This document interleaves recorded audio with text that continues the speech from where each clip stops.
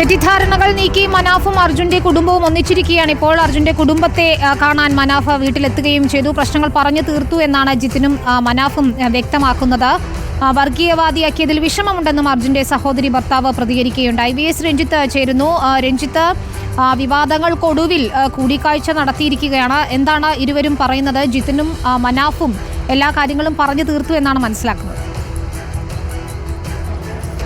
കഴിഞ്ഞ 2-3 ദിവസമായി കേരളത്തിൻ്റെ മനസാക്ഷിയെ തന്നെ വേദനിപ്പിച്ചൊരു സംഭവമായിരുന്നു മനാഫും അർജുൻ്റെ കുടുംബവും തമ്മിലുണ്ടായ തർക്കം. മനാഫിനെതിരെ അർജുൻ്റെ കുടുംബം നടത്തിയ വാർത്താ സമ്മേളനം, അതിനെ തുടർന്നുണ്ടായ സൈബർ ആക്രമണങ്ങൾ, മനാഫിൻ്റെ വാർത്താ സമ്മേളനമൊക്കെ വളരെ ആശങ്കയോടുകൂടിയാണ് കേരളം കണ്ടത്. ആ മനോവേദനയ്ക്ക് ഒരാശ്വാസമായിരിക്കുന്നു എന്നുള്ളതാണ്. ഇന്ന് മനാഫ് അർജുൻ്റെ കുടുംബത്തെ കണ്ടു, അർജുൻ്റെ സഹോദരി ഭർത്താവ് ജിതിനെ കണ്ടു, അർജുൻ്റെ അനിയൻ അഭിജിത്തിനെ കണ്ടു.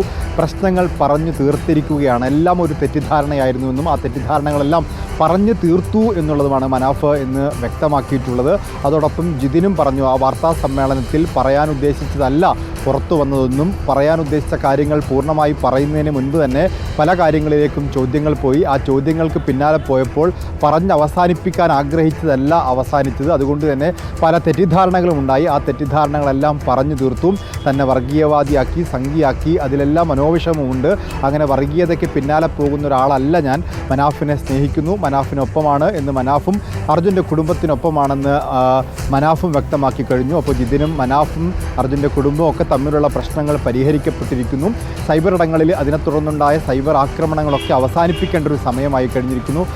അർജുന് വേണ്ടി കേരളം എങ്ങനെയാണോ ഒറ്റക്കെട്ടായി നിന്നത് അതേ രീതിയിലേക്ക് കാര്യങ്ങൾ പോകുന്നതാണ് ഇപ്പോൾ നമ്മൾ കാണുന്നത്. ഏതായാലും കേരളത്തിന് ആശ്വസിക്കാവുന്ന ഒരു കാര്യമാണ്. ആ കുടുംബവും മനാഫും തമ്മിലുള്ള പ്രശ്നങ്ങൾ പരിഹരിക്കപ്പെട്ടിരിക്കുന്നു.